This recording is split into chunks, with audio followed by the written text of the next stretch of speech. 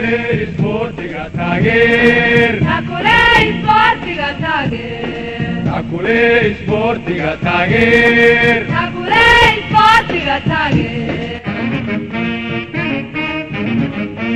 Sportiga Tuttisa. Takule Sportiga Tager. Takule Sportiga Tager. Sportiga Takule Sportiga Tager. Takule Sportiga Tager. Sportiga Tuttisa. Takule Sportiga Tager. Takule Sportiga Tager. Sportiga Tuttisa. Takule Sportiga Tager. Takule Sportiga Tager. السلام عليكم ورحمة الله تعالى وبركاته. داوديال كسو دواده برنامجka faaqidaada ciyaaraha oo toddobaadkii hal jeer aad ka daawataan telefishinka qaranka Soomaaliyeed. toddobaadkan mahadi ka gaartay barnaamijka faaqidaada ciyaaraha waxaa marti ugu ah xogayaha guud ee xiriirka kubadda cagta Soomaaliya Xaaji Aadan Cabdulle.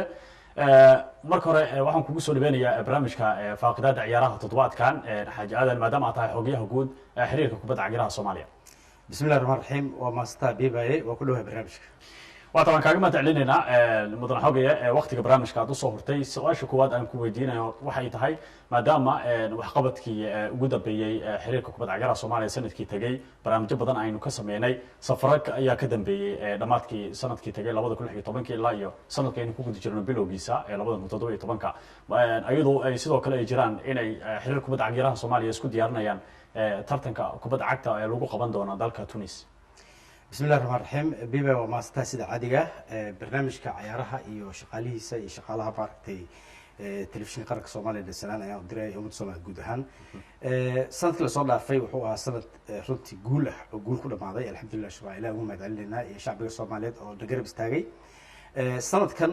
sida jirtay qorshihii xiriirka kubadda cagta Soomaaliyeed ama Somali Mini Football wuxuu ahaa in marka ugu horeysa la xoojiyo xiriirka caalamiga ah waa aragtay maxaa la sheegay mas'uuliyiinta xiriirka kubadda cagta Soomaaliyeed waxay u tageen wadamada Yurub Afrika iyo maaragtay Asia ba waxay u tageen in la dhiso xiriirka mini footballka xiriiradiisa caalamiga ah taasoo aragto in maaragtay la kordhiyay xiriiradii ka dhisnaa xiriirada kubadda cagta Soomaaliyeed ee ka dhisnaa Yurub iyo America Asia in la kordhiyay oo la sameeyay unityo ka shaqeynaya wadamadaas ama qaaradahaasi waxa arkaysaa in la sameeyay qaaradda Asia in loo magacaabay Liibaan Maxamed Cabdow oo isaga hadda ka wada horyaalka kubadda cagta ee Soomaalida wadanka Qatar ka wado oo horyaalka bilowday waxa arkaysaa in maaragtay America Koonfur America in maaragtay laga sameeyay North America in laga sameeyay xiriir laga sameeyay oo la dhisay oo yani bahal Soomaaliya la wada socoto waxa arkaysaa in maaragtay gudoonka sare ee xiriirka kubadda cagta Soomaaliyeed ee soo maray wadamada Yurub safarka ugu dambeeyay gudoomiye ku-xigeenka Cabdixaaq uu ku tagay wadanka Czech Republic oo kula kulmay casuumad oo ka helay madaxweynaha ugu sareeya WMF-ka taasoo maaragtay xoojinaysa xiriirka waxa la socotaa in maaragtay xiriirka Soomaaliyeed ee kubadda cagta uu kamid ahaa wadamadii aasaasay xiriirka kubadda cagta qaaradda Afrika oo runtii maanta tahay wax lagu faano oo Soomaalida ay ku faanto maxaa yeelay labada wadan ee Afrika waa Tunisia iyo nimanka la yiraahdo Soomaaliya waxaa la magacaabay gudoonkii xiriirka qaaradda Afrika oo gudoomiyaha xiriirka kubadda cagta Tunisia isla markaasna ahaa gudoomiye ku-xigeenkii adduunka loo magacaabay gudoomiyaha qaaradda Afrika ama Africa Mini Football Confederation Ashraf bin Salah isla markaasna waxaa sharaf noo ah in gudoomiyaha xiriirka kubadda cagta Soomaaliyeed Cabdiqaadir Cadaay loo magacaabay gudoomiye ku-xigeenka magacaabis meel la doortay oo loo doortay tartan uu galay gudoomiye ku-xigeenka kubadda cagta qaaradda Afrika intaas oo dhan markii la soo wadoobo waxay ku tusaysaa in qorshihii sanadka bilowga 2017 oo si guul ah ku bilowday alxamdulillah shukr caalamiin waxa kale oo jirta biibaye in maaragtay bisha April oo ka dhacay qaaradda Asia aan qaaradda Afrika gaar ahaan wadanka Tunisia koobkii qaramada qaaradda Afrika ee kubadda cagta Soomaaliya markii ugu horeysay taariikhda Soomaaliya ay qayb ka tahay oo ka qayb galayso iyadoo la sameeyay qor Turki la sameeyay already Soomaaliya in group kamid tahay oo la ciyaarayso South Africa iyo Gambia la ciyaarayso insha Allah isla markaas tartankaas la qabanayo wuxuu noqonayaa tartan lagu soo baxayo koobka adduunka ee mini footballka kaasoo isagana ka dhacaya isla Tunisia insha Allah taala aan rajeynayno in Soomaaliya taariikhda markii ugu horeysay ay ka qayb gasho tartanka finalka tartanka koobka adduunka waa tahay anagoo aan jecelnahay inaan dib ugu soo laaban doono tartamada kala duwan ee gobolada dalka ka soconaya ay ka wadaan maamulka xiriirka Soomaaliyeed ee kubadda cagta Soomaaliya iyo heerarka xilligan uu tartamadaasi uu marayo ayaan markaa falaqayn dheer ku sameyn doonaa daawadayaashana uu barnaamijku ay nagala qayb qaadan doonaa iyagoo su'aalo ka soo weydiin doono xogayaha guud ee kubadda cagta Soomaaliya waxyaalaha uu ku soo kordhiyay inta xiriirkan markaa uu jiro iyo qorshooyinka xilligan markaa ay ka dabacsan yihiin in tartamo heer caalami ah ay ka soo qayb qaataan qaybaha qadadka ayaan markaan aan goordhow idin furi doonaa adigoo markaa su'aalooyin kala duwan aad weydiin doontaan balse waxaan usoo laabanayaa waxaa jira mudan xogaye maadaama xilligan tartamo kala duwan ay kusoo fooleeyeen xiriirka kubadda cagta Soomaaliya ciyaartoy waxaa inta badan hadalheyntu ay tahay gaaraan caasimada Soomaaliya in ciyaartooyda intooda badan ay ka imaan doonaan dalka dibadiisa bal ma jiraan hadda isku aad oo aad sameyseen ama xulitaan aad u qaban doontaan ciyaartooyda aad jeceshiin inaad u ama bixisaan ama aad geysaan tartanka Tunis markaa ka dhici doona بسم الله ها runtii waa sameynay qorshahan wuxuu soo jiitamay muddo dheer soo jiitamay sababtoo ah waxaan ogeyn in bisha Abriil ay dhacayso ciyaaraha dhacayso marka qorshayaasha ugu weyn ee sanadka 2017 ayuu kamid ahaa qaybtiisa ugu horeysa waliba waxaa la socotaa inaan magacawnay macalinka xulka qaranka Soomaaliya oo aan magacawnay Ruwada Sporti macal Ismaan May Scott macalinka labaadna aan magacawnay macalin Macu Xuseen Xasan oo isaguna Yurub jooga qaara maxal waddanka Sweden sida sababta loo magacaabay macalin jooga Soomaaliya waxa garan kartaa inay tahay in Soomaaliya laftarkeeda laga xulo oo ay qayb ku yeelato maadaama Soomaaliya oo ka bilowday barnaamijka in Soomaaliya ay qayb ka ahaato xulka qaranka Soomaaliya hase yeeshee sida aan hore u sheegnay barnaamijyo hore aan hore ugu sheegnay ma magacaabayno ama xulka kama sameynayno Soomaaliya oo kaliya dadka joogo laakiin waxaan sameyn doonaa waxaan ka magacaabi doonaa Soomaalida marka la dhahayno waa Soomaali kasta ee joogo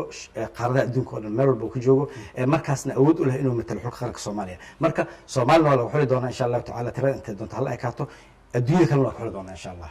oo isku dhaf xoogana sameyn doontaan isku dhaf xoogana sameyn doonaa inkastoo waqtiga uu nagu yaryahay haddana waxaan rajeyn doonaa maadaama aan magacawno macallimiin khabiira aan magacawno ogta Scott oo ka soo maray dhalinyarada 12 jirka ahayd oo iyada lafteeda mini football ahayd oo laga sameeyay waddanka Qatar laga sameeyay koobkii Chamka heerka uu gaarsiiyay Soomaalida meel walba ay joogto ay ku midoobay taageerada xulkaasi mid lamid ah sameeyay jeclana insha Allah taala hadii ama ka sareeyo waa tahay waddanka waxa ka jira marka aan eegno xiriirka kubadda cagta Soomaaliya oo kale hadda barnaamijyo waxay wadaan markaan tusaalaan usoo qaadano anagoo aan eegno qaybta midiga tartamo fustal ay ka qabtaan degmooyinka qaar aniga saameyn mid ku yeelan kartaa silada tartamadaas maya ma nagu yeelanayso sababta xiriirka Soomaaliyeed ee kubadda cagta oo xiriirka Soomaaliyeed ee kubadda cagta mini footballkan waa xiriirka mini footballka Soomaaliya soo waxay kala wadaan laba qorshe kala wadaan iyagana waxay ku dadaalaan in waddanka maaragtay horumar ay gaarsiiyaan anagana waa isna ordayna insha Allah taala sababta isna carana waxay tahay in Soomaaliya wax loo qabto insha Allah taala magaceeda kor loo qaado haddii ay sameeyeen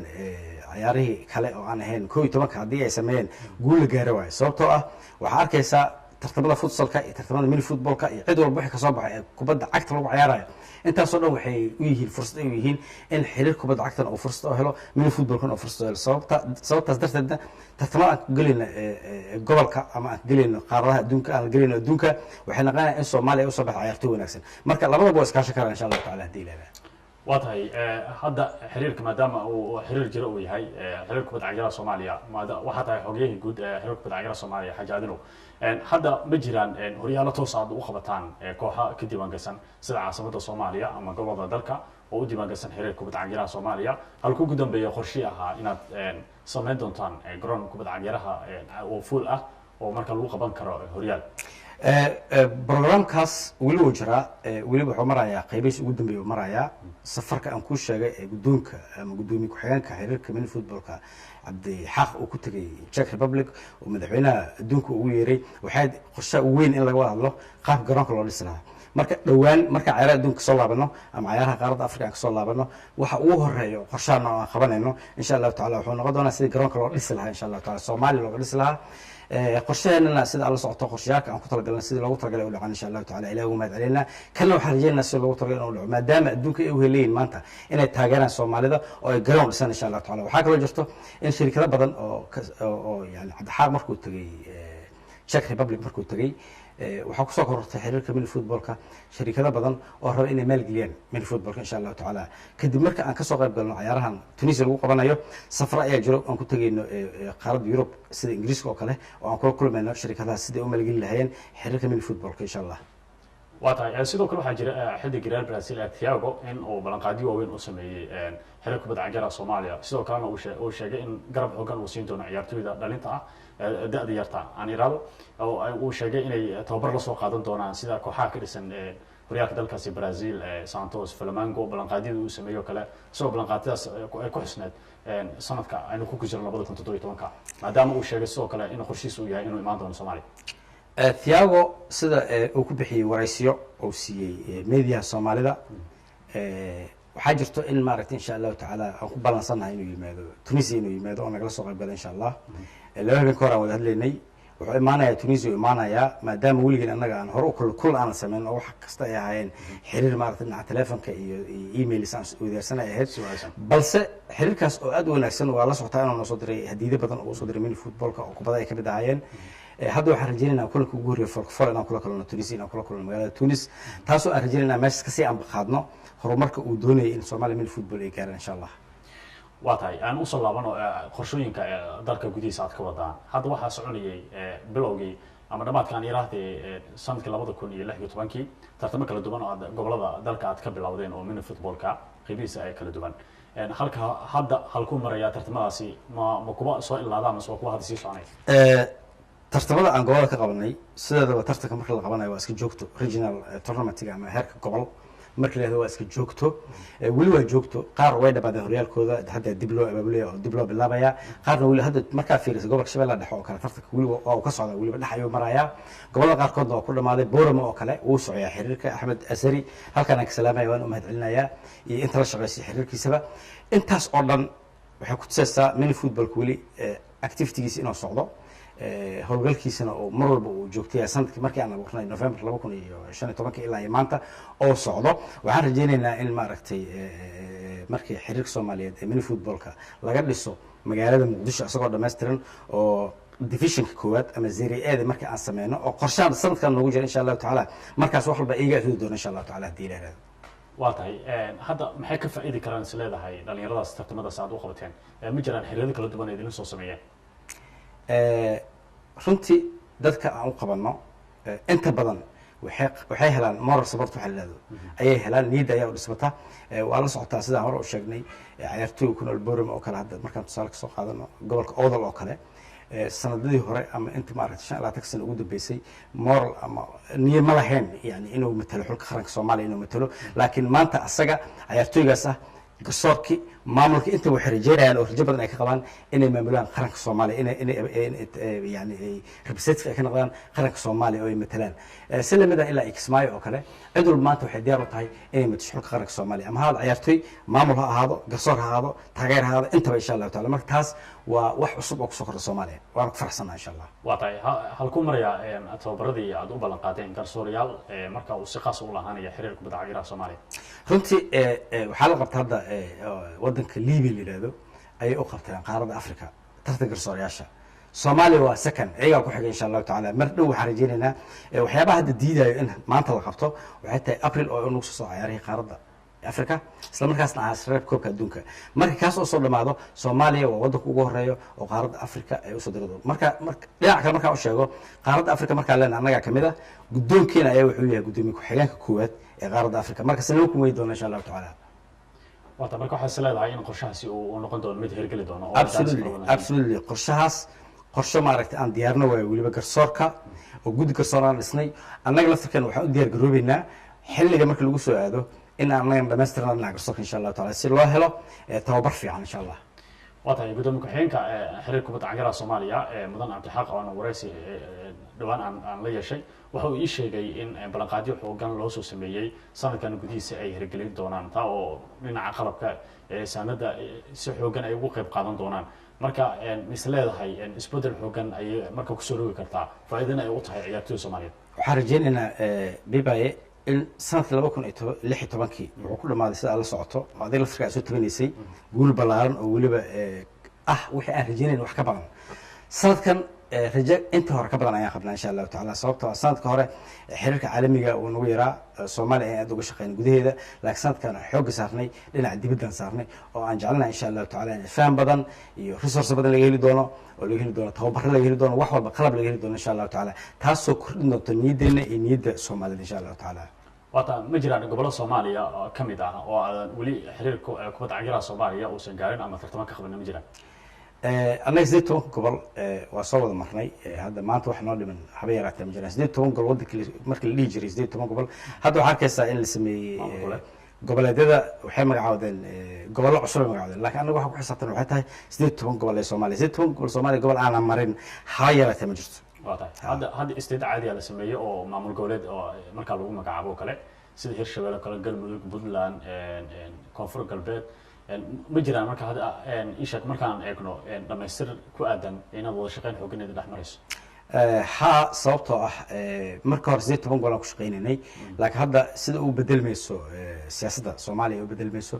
inaan la qabsano waa khasab waxaan la shaqeyn doonaa maamul goboleedana la shaqeyn doonaa mas'uuliyiinta ugu sareysa sportiga insha Allah taala qaar waa magacaaban yihiin waxaa la socotaa Galmudug oo kale inaan shir weyn la yeelano wasiirkooda maxaa la dhihi jiray warsame joodax oo kale in barnaamij aad u ballaaran asaga iyo maaragtay golihiisa maaragtay wasaaradda aan la yeelanay taasoo aan jecelnahay in meesha ay taagneed aan hadda kasii aan baqaadno sidaas si lamid ah gobolada kale maamul goboleed laga sameeyey iyagana uma wajihi doonno hadda kadib gobol hebel uma wajihi doonno laakiin waxaan wajihi doonaa maamul goboleed hebel insha allah waata hadda qorsheyn muxuu yahay maadaama lagu guda jiro bisha labaad ee sanadka 2017 qorshaha ugu weyn hadda miiska saaran waa sidii lagu qaybgeli lahaa ciyaarahaas oo aan maaragtay awoodin isugu geynay hadda wax kale oo aan qabanayno ma jirto ilaa ciyaarahaas aan kaga imaano insha Allah taala inkastoo horyaaladii waddanka ka socday tournamentskii gobolada ama regionalka ahaa ay socdaan iyaga haddana waxaan wadaynaa annaga insha Allah taala maamulka nimanka footballka oo xoogga saarayna sida aan gul ugu keenay insha Allah taala annaga ma rabna inaan noqono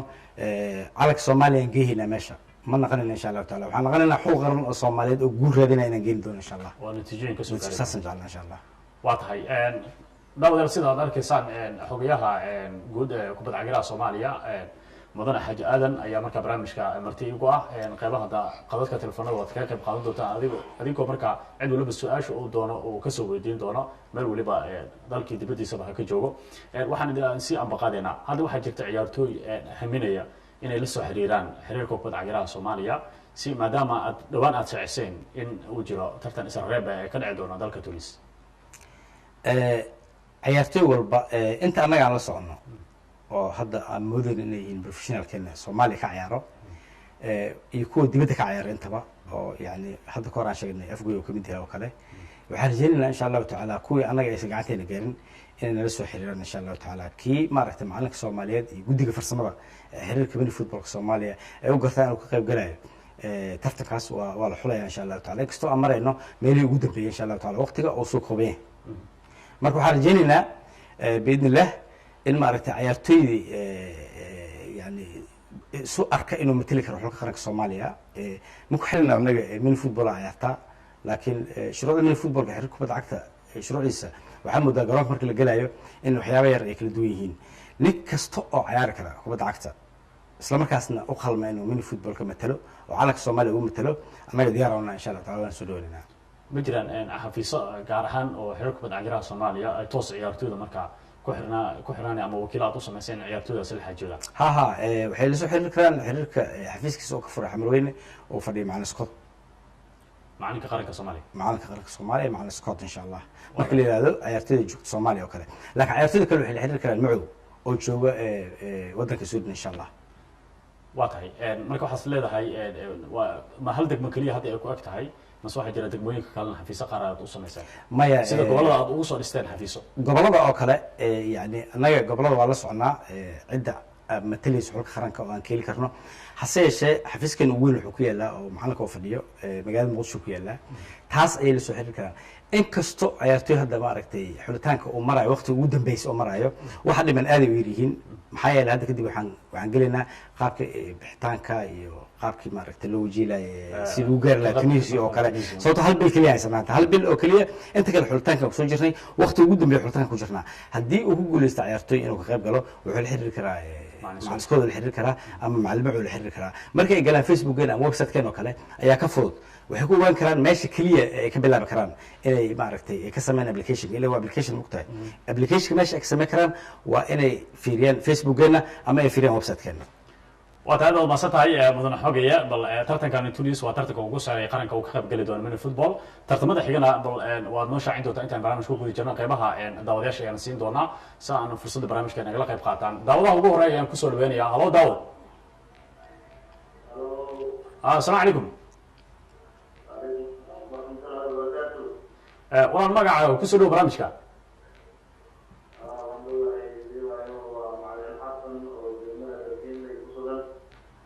ما شاء الله مع ناس كسر برامج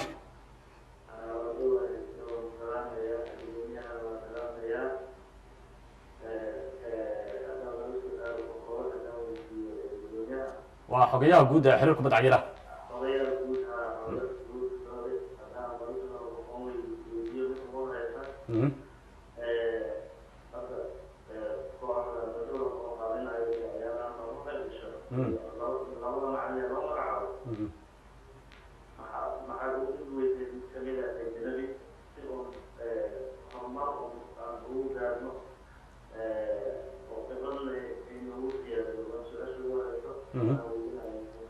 واقف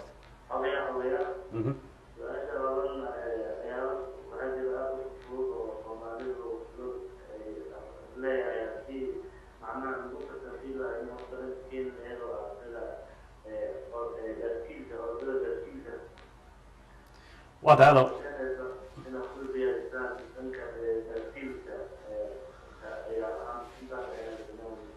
waata waa maasanta waan xasan waan isdaba dhigi doonaa hadduu eeba uu qadaro si gaar ah xogayaha guud kubadda cagaraha soomaaliya daawadaha kale halo assalaamu calaykum kusoo dhow walaal barnaamijka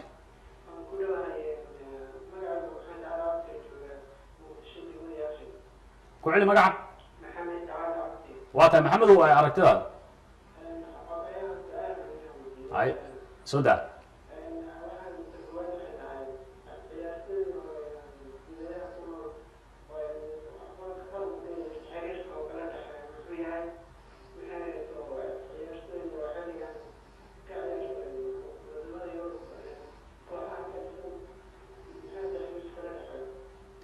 waa tahay aad waa mahadsan tahay maxamed labada su-aal ayaan jeclaha marka hore inaan hordhigo bal macalinka ayaa markaa kale istood ka horeyn doonaa maadaama aad macalinka qaranka aad magacaabay macalin scood iyo macalin kale macalin ku-xigeenkiisa u ballan qaateen waxa uu leeyahay maxaa macalinka labaad loogu dhigi waayey ama lamaan uu kaga dhigi waayeen mid ajnabi ah macalin ajnabi ah macnaha bismillah waa salaamaya macalinka kasoo hadlay degmada dharkeynle oo malaynaa inuu ahaa waa mahadsan yahay waanu ku mahadsan yahay su-aal loo baahnaa waa runtii annaga haddaana xiriirka soomaaliyeed ee kubad cagyaraha qorsaan loguma jirto inaan macalin ajnabi magacaabno waxaan kalsooni ku qabnaa macalimiinta soomaaliyeed waa aragteen macalin ajnabi ah meelo badana loo magacaabay wax oo isbedel oo muujiyeen habeeratee ma jirto waxaa fiican inaan macalimiinteena aan empowerment ku sameyno oo aan xoog gelino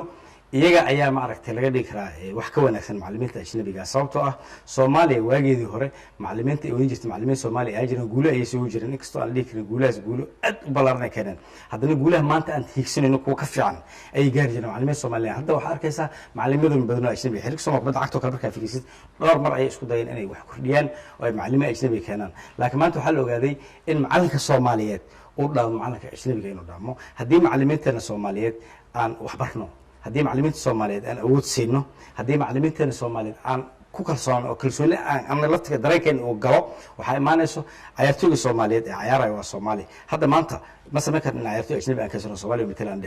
dhahno ciyaartooyga Soomaaliyeed maadaama aan maaragtay kalsooni badan ku qabno waa inaad macalinkeena aan kalsooni aan siino macalimiinteena Soomaaliyeed aan kalsoonahay iyagana guul keeni doona hadda macalin iskood oo kale wuxuu fadhiyay muddo aad u dheer u fadhiyay hal mar oo soo kacay oo aragtay guusha ogaay Soomaa sidaas lamida macalimiin kale oo badanaa jirto oo aysan gacanta gaarin waxaan rajaynayaa in macalimiinta Soomaaliyeed dhinac walba nod kubadda cagaraha oo kaliya laakiin xiriirada Soomaaliyeed oo inay fursad siiyaan macalimiinta hore taas ugu loo gaari karaa waa tahay daawadaha baad waxa su-aashiis ka mid ahaan maxamed wuxuu leeyahay xiriir intee la-eg ayaa kala dhexeeya xogayaha ama maamulka xiriirka kubadda cagaraha Soomaaliya ciyaartooyda dalka dibadiisa ku maqan ciyaartooyda waxaan kala qaadaynaa laba ciyaartooy oo kala qaadaynaa ciyaartooy iska ciyaaro laakiin professional aan ahayn iyo ciyaartoy professional annaga ciyaartoy professionalka dibadda ka ciyaarto waxaan u maleynayaa 90% xiriirkan aad u fiican yahay hal ciyaartoy waxaan u maleynayaa oo naga maqan inuu jiro ciyaartoy ku ciyaarto magaca Soomaalida ee ka ciyaar dibadda ee professionalka kooxaha la yaqaan ee caalamka ciyaara inta badan 90% ay raado waxaan leenahay xiriir xooggan waana kuwa ka qayb gali doona insha Allah taala ciyaaraha ka qayb galay Tunisia inta badan isla reebkooda waa tahay daawadaha kale ayaan siinayaa halo daawada halo وعليكم السلام هلو وعليكم السلام والله كسروا برامجك مقعد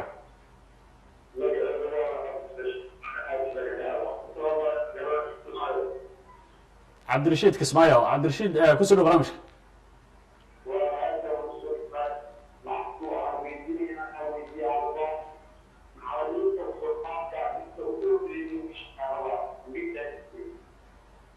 كوعد عبد الرشيد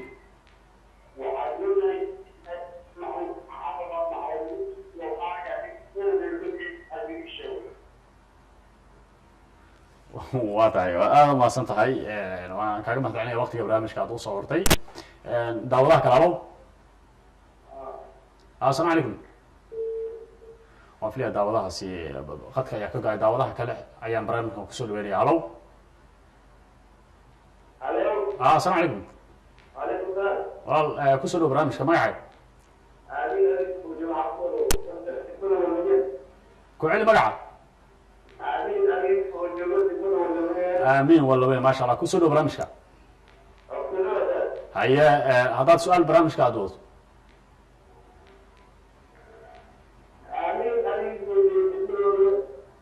tv-ga haddaawanin aamiinow qadka barnaamijka kala soco barnaamijka xogyaha ayaa igala qayb qaadanaya mini football bal su-aal haddaad qabto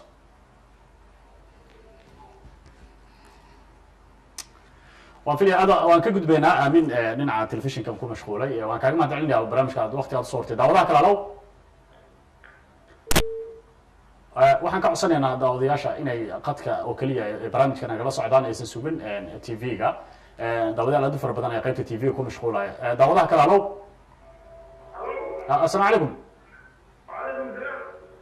kusoo dhow walaal barnaamijka magacaaga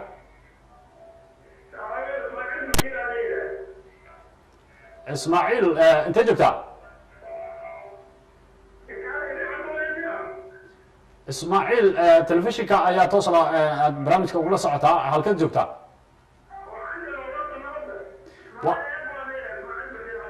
ismaaciil bashir xasan warta nabadda waa tahay kusoo dhow barnaamijka haddaad su-aal wadato barnaamijka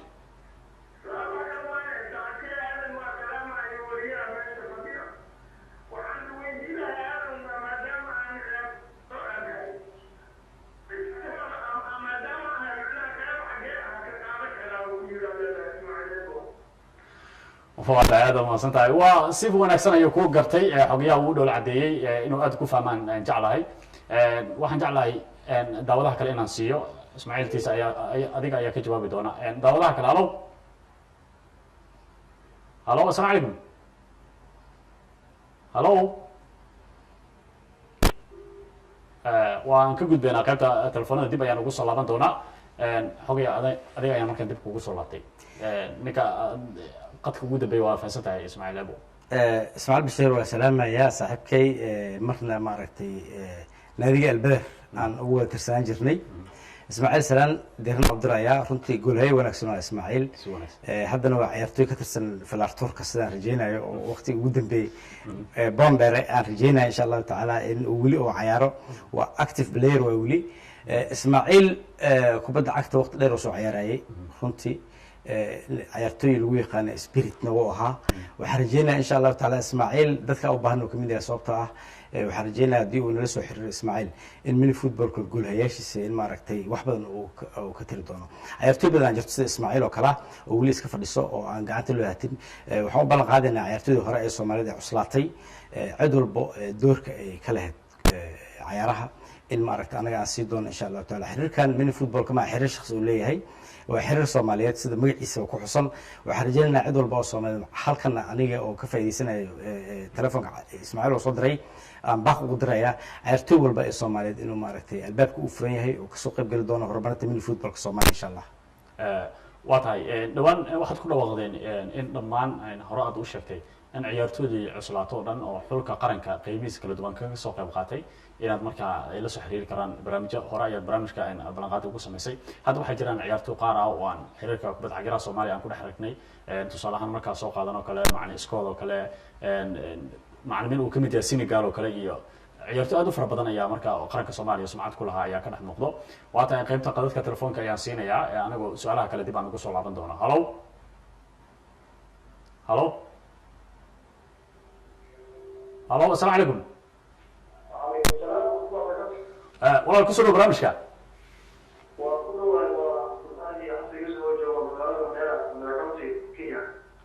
cabdullaahi cabdullaahi mandheer maasha allah ku soo dhow barnaamijka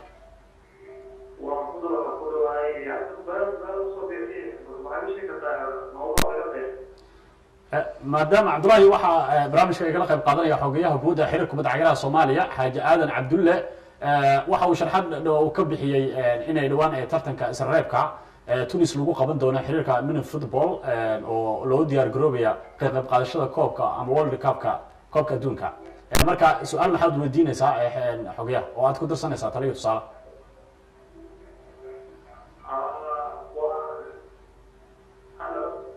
waa ku maqlaa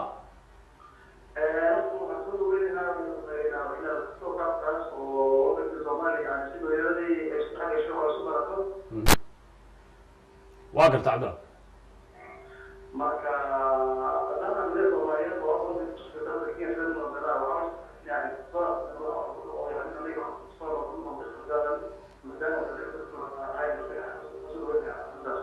waa tahay aad yaad ubaasan tahay cabdullaahi mandheera ilaa meesha allah ku nabad yeelo daawadaha kale ayaan siinayaa halo وعليكم السلام ورحمة الله وبركاته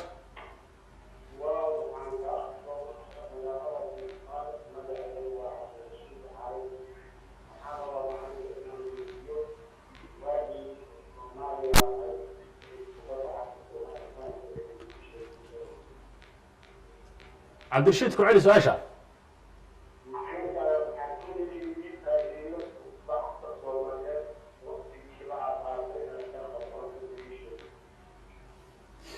هذا ما صنت هاي اسكودية برامج كا وحن فيليا عبد الرشيد إن هذا برامج كا الله صعنين موضوع برامج كنا كمان مدهان داودها كلا يا مركزين يا هذا ما صنت عبد الرشيد أو السلام عليكم السلام عليكم waxaan ka codsanayaa dhegeyste haddaad maqlayso inaadan qaybta telefishinka aadan igala soconin qadka telefoonka ayaan ka codsanaya in barnaamijka kala socoto waa tahay haddaad barnaamijka la socoto ay kusoo dhawo magacaaga maxamed cismaan kusoo dhawo barnaamijka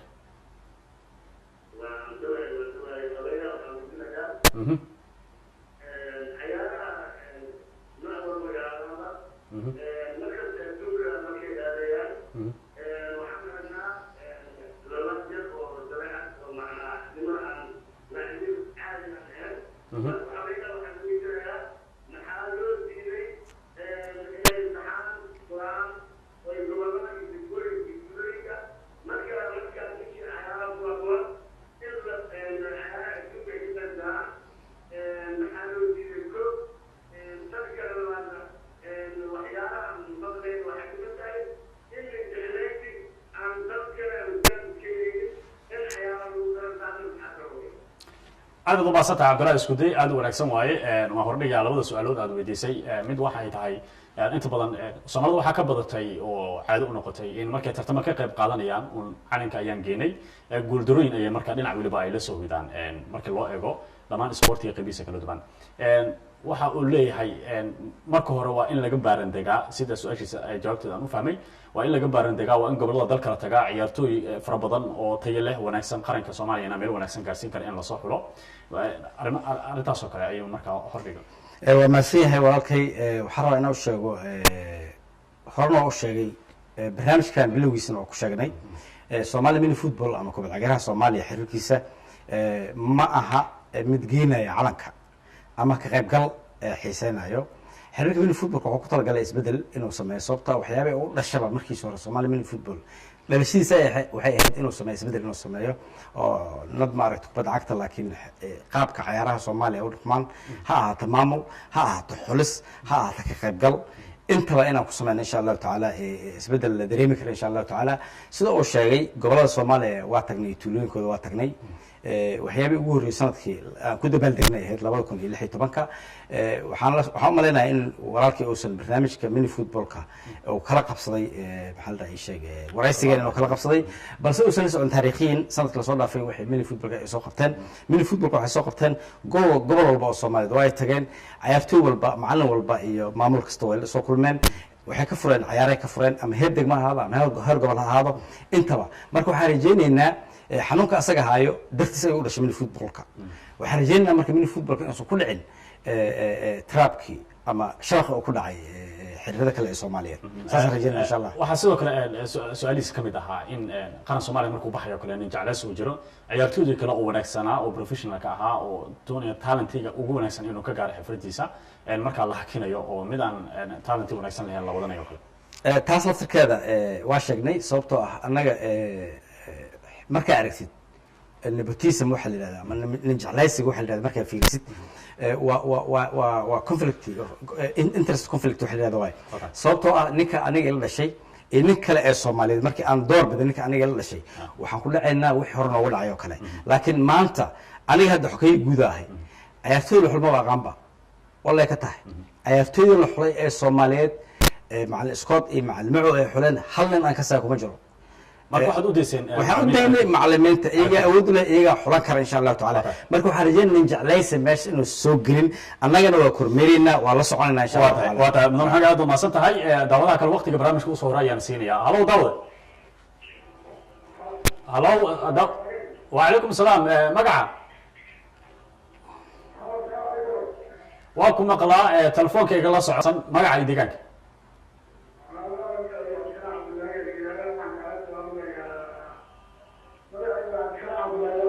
وأنت عبد السلام وكل صعداء.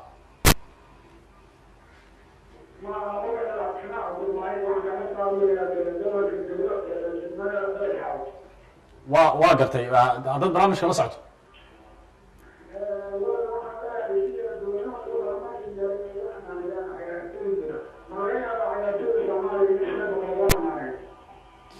هذا ما صنعي عبد الله وحو كبدا إن عيارتوي ذا waa u soo laaban doonaa laakiin su'aashaasi daawadaha kale hallo assalaamu calaykum ku soo dhow barnaamijka walaal haye haddaad la socoto barnaamijka marka hore magaca aamiin haddaad barnaamijka la socoto haye haddaad waad aad ma satahay aamin waxaan filayaa in barnaamijka uu soo socon laakiin waqtiga ayaad u soo hortaan kaaga mahadcelinayaa daawadaha kale ugu dambeeya aan jeclayna marka barnaamijkan siiyo halo halo assalaamu calaykum halo waan filayaa nasiib ayuu yeelan doona isku day kale ayaan sameyn doonaa daawadaha kale nasiib ku yeesha halo assalaamu calaykum ku soo dhaw barnaamijka adigoo maasan codkaaga kor u qaad magaca maxamed waa fili aad u maasan tahay qaybihii ugu dambeeyay aynu soo gaarnay mudana xogaya daawadayaal aad u fara badan barnaamijka waa nagala qayb qaateen intaan u suurtagelinna waan kaga mahadcelinayaa barnaamijyo kale ayaad kaga soo qayb qaadan doontaan fursad haddaan u helana way soo geli doonaan hadda waxaa jirta inta badan hadalhaynta ugu balaaran waxay tahay safarka idin kugu soo horeeya aad Tunis aad kaga qayb geli doontaan isreebka lagu ciyaari doono ee koobka adduunka haddii tartankaas aad ka qayb gashaan ma xusi kartaa tartamada kale oo kusoo wajahan xiriirka kubadda cagta Soomaaliya tartanka hadda laftirkiisa waa laba tartan waaye tartanka ugu horeeya waa tartankii qaaradda Afrika waaye confederationka insha Allah tartanka xiga waa isreebka insha Allah taala isla meesha ka dhacdo insha Allah taala hadii la yiraahdo laba tartan markay dhacaan tartanka ugu balaaran aan rajeynayna insha Allah taala hadii aan guuleysano inaan ka qayb galno koobka adduunka markii la qabto bisha August 2017 kan kadib ay dhici doontaa insha Allah taala qorshaheena kale oo ciyaaraha gobolka ama waxaa jiray marka hore inaan sameynay sida aan la socdo sanadka hore xiriirka bariga bartamaha Afrika aan ku sameynay Kenya aan ku sameynay oo anaga guddoon aan ka nahay iyo Kenya oo ayadana ka xogay guud ka ah kaas waxaan rajaynaynaa markaan ka soo noqono ciyaarahan waxa ugu horeeya aan sameynayno waxay tahay abaabulkeedina anaga aan laga xigin inaan sameyno tartanka bariga bartamaha qaaradda Afrika oo sanad noqon doona insha Allah taala marka tartamo noocaas ay kan carabta insha Allah taala oo asagana ka qayb gali doono oo Tunisia anaga aan isla wadno oo Qatar aan maaragtay oo kamid ah Saudi Arabia kamid ah Kuwait kamid ah so far ayaa ayagana bilaaban doona insha Allah taala marka tartamadaas oo dhici doona marka laga tago kan dalka iyo kan gobolka insha Allah waa tahay maxaad aad ku baraarujinaysaa aad leedahay dhammaan ciyaartooyda dal iyo dibadba markaa ku sugan gaar ahaan markaan eegno ciyaartooyda gobolada dalka oo aanan weli nasiib u helin inay heer qaran xitaa ay soo gaaraan Soomaaliya dhamaanteed ciyaartooyda dhamaan iyo garsoorayaasha dhamaan iyo wax dhan ma matali doonaan xulka qaranka Soomaaliya waxa matali doono dad tareera matali doono laakiin anaga ujeedada weyn ee jirta waxay tahay in matalaada xulka qaranka la matala oo soo noqonin